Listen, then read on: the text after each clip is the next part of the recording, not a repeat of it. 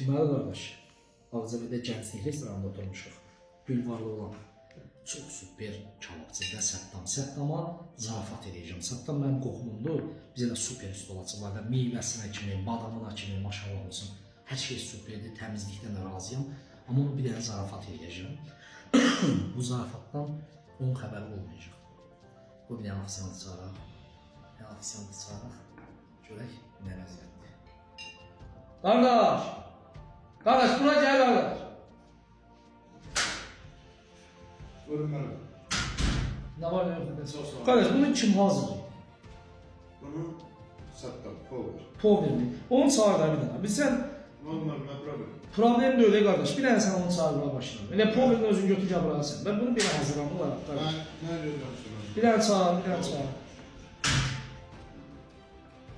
Bu da super, bu da super. Renk istəyən. Ev yuxası, xələcək. Çəkilin necə? Qardaş, nətərsən axşam? Abi, bunu sən hazırlamısan. Bu nədir bu? Hazırladığın nədir bu da? Bir dənə yaxınlaş başına. Hər gün deyək sən hazırlamısan. Nə qədər çox yeməyin içində nəsə çıxır, adamın təri çəkmir. Nətər mümkündür? Bu bilsən nədir?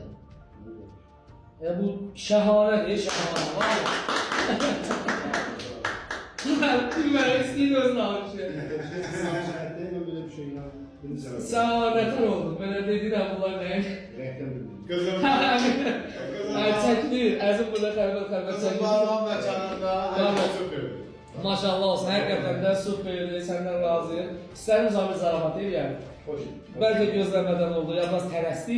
Amma istəyirəm ki, bir gözəlliyi də görsünlər. Həqiqətən də Səddamın əlləri qızılır. Uşaqlıqdan bu sənətləri. Çək bir dənə əzimən, davcı özü görə bilərlər. Həqiqətən sizə bir zarafat elədik, haqqında halal edər. Çox qəşəng, maşallah, çox ləziz bir şeydir. Dostlar, gəlin inşallah həqiqətən də yəni hər yerdə tapılan povillərdən deyir. Səddamın yeməkləri bir numaradır. Qardaş superdir. Yeməyin də ki, şəhanədir, ləzzətlidir. Barmaqlarımın 5'ini yayarım. Dostlar, göz haqqınızı həmal edin.